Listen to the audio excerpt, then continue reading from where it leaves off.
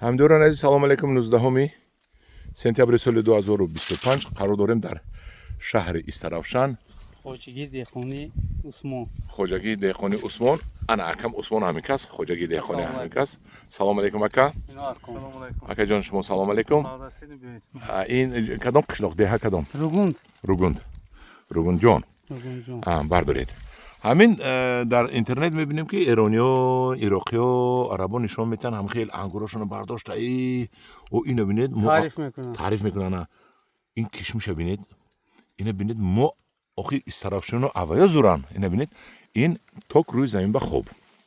ҳозир дар бораи ин току ангури кишмиш парварӣ пурсон мешавем ки инро тару тоза мефурӯшанд, кишмиш мавизам мекунанд, намекунанд, тару тозаш чанд пул, мавизаш чанд пул, чанд килош чанд мавиз мешавад. Аки Усмон, салому алайкум бо як бори дигар. Дар бораи ҳамин ангур гап занед. Ин номаш чӣ? Ангури сиёҳи қадимии бобоӣ. Сиёҳи қадимии бобоӣ. ин дар ҳамин Истаравшан бисёр навсар мешавад. райони ҳамин райони раванӣ гӯям, ҷӯша ёфтагӣ Истаравшан ба ҷӯша ёфтагӣ.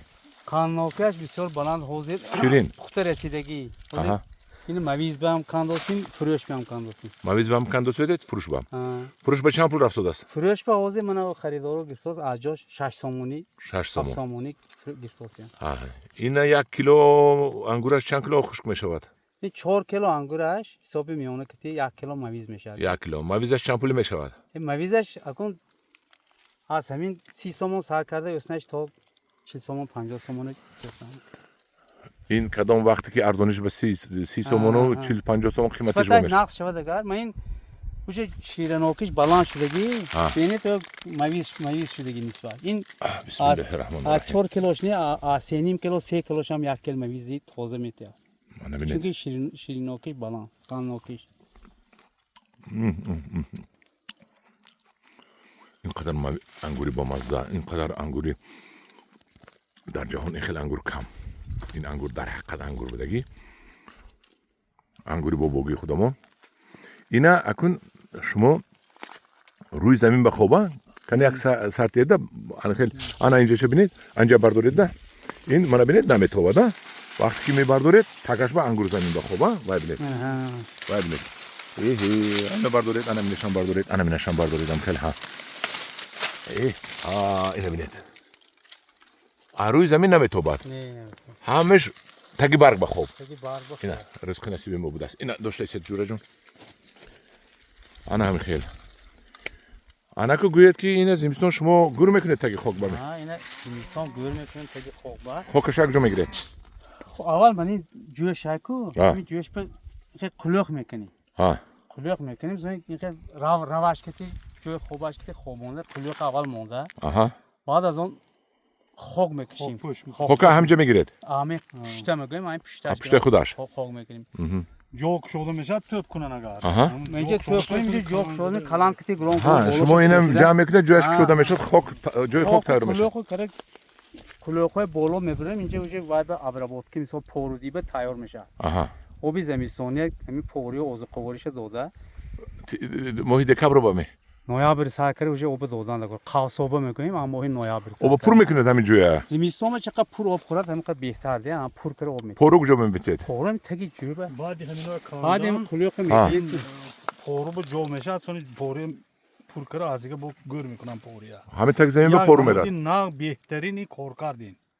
як навъи ҳамин тирамоба хок иваз мешавад. иваз мешавад, чағ мезанад, як намуди беҳтарини коркарди тог ҳисоб мешавад. қулӯқ боло мебарад, а боло зимистон бо поён ҷо мекунем, аралаш месад. ҳар сол ҳамин қулӯқ пору қати арала шуда месад. пору ҳар сол меандозед ме? зарур шавад, ҳар сол зарур набошад. вай ба нигоҳ кара. пору чӣ меандозед? ҳамин гова ҳа?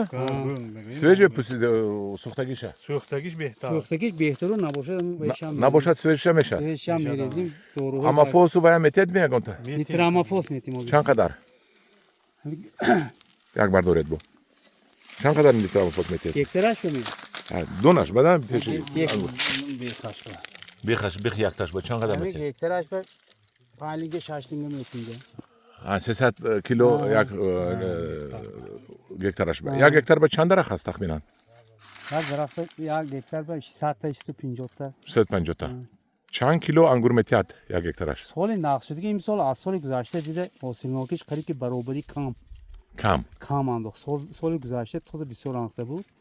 مثال سال گذشته 20 تن دادگی انگورا 10 تن داد کن یک هکتار با 10 تن داد همه خیر شد. سومی میراد ها یک هکتار با 60000 سوم همه خیر شد. از این 20000 ابرادا میراد می توک با نگو بینش با پروش با مهنت با کارگر با قوی کاری نام باسنامه قیمت همه جو با قیمت شده دستی همش اینجا اینجا دستی همه جو با قیمت شده گیده که قوی کاری همه جو با قوی کاری ارزان باشد که محصولات ارزان بشوند همدون عزیز من دیدم با یک جای دیگه شو بردارید کنی با بجوش همین خیلی زور من یک جای دیگه شو برداریم نشون تیم خالبکی من ببینید انگور نمیتوباد انگور نمیتوباد بازی میبینیم بازی نه ببینید بردارید انگور روی زمین با تخم مرغ برین خوب ببینید ببینید آن همدون عزیز این بود انگور پرورهای نومی انگور پرورهای اصلی دهقانهای اصلی استرافشان اکای عثمان و اکامینا برادرشان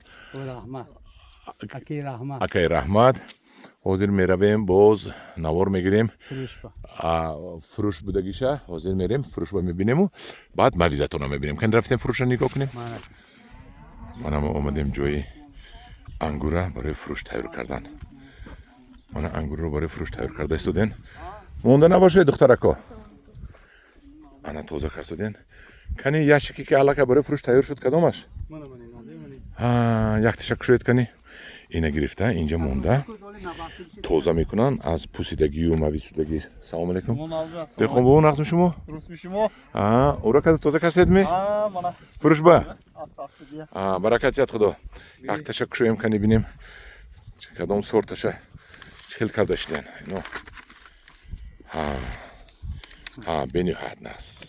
بینی حد ناس کردشتن انا همین انگور 6 سوم بازار رفته سود است بازار با 8 سوم باشد می 8 سوم زوی 8 سوم زیادتر 8 سوم تا 10 سوم همین روزا تو 10 سوم میفروشن خرید 6 سوم با خریده برده 8 سوم 10 سوم میفروشن من هم درون عزیز دهقان ما همین دهقان هست و بازار ما پر است دهقان نباشد اگر دهقان نکند اگر نقد در آسمان میبروید و چی میشود قحطی میشود هیچی که نشد انا میخیل اکای عثمان دستتون درد نبیند شما یک جان تشکر به شما اینقدر انگورهای شیرینی با مزه اینا ببینید کشمیش شیرینی با مزه اینا با دونش هم مایده نه دونش هم کلون ببینید از این مویزم کارسو دیدم ولی میریم مویزش هم میبینیم از مویز زویتشه فروختیم ده از مویز زیاد فروختیم چردکای واکر ذخیره کرده ولی چردک میریم می میریم انا همدوران عزیز اکای عثمان و برادرانشون داد خدا عمری دراز کرد از همه بالاها ایمنی و دارد فیض و برکت یاد الله اکبر کنی چیزی گفتنی باشد یکون سخنی نیک گپ زنید استراوشان دهی روگوند در پناه خدا باشد